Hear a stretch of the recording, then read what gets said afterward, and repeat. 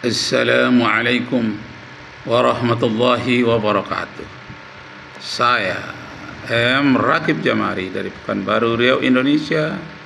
Sekarang sedang belajar mengulang kaji. Apakah itu yang disebut bid'ah? Karena yang membuat bid'ah itu adalah Allah Subhanahu wa ta'ala itu sendiri. Berdasarkan ayat Al-Quran, Allahu badi'us samawati wal ard.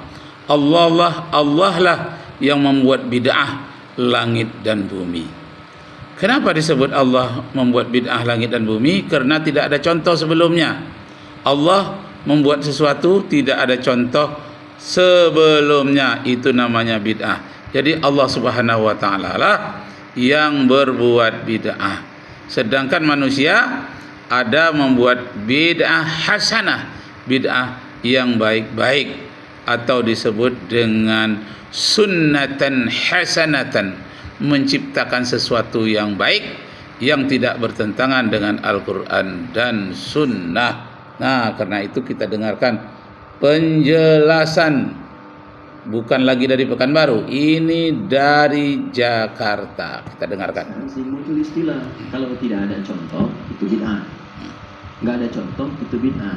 Padahal banyak dalil yang Nabi belum tentu mencontohkannya.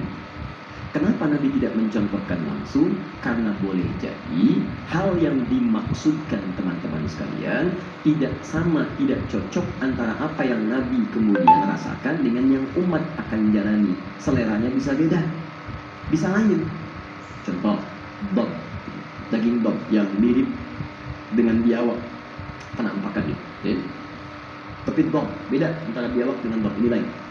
Di padang pasir, Khalid bin Walid itu tiba-tiba dengan Nabi jalan dalam satu ekspedisi militer. Kemudian setelah itu beliau menombak dog, ditombak, dibakar, dihidangkan pada Nabi.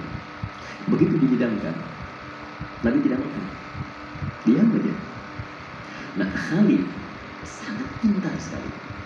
Beliau ingin memastikan hukum ini, apakah ini memang dilarang atau tidak. Maka beliau ngambil dimakan, ternyata Nabi diamkan. Nah, dalam hukum usul fiqih ada yang disebut dengan takrir. Takrir itu ketetapan Nabi pada sesuatu yang tidak beliau melarang, tidak juga mengiyakan. Ini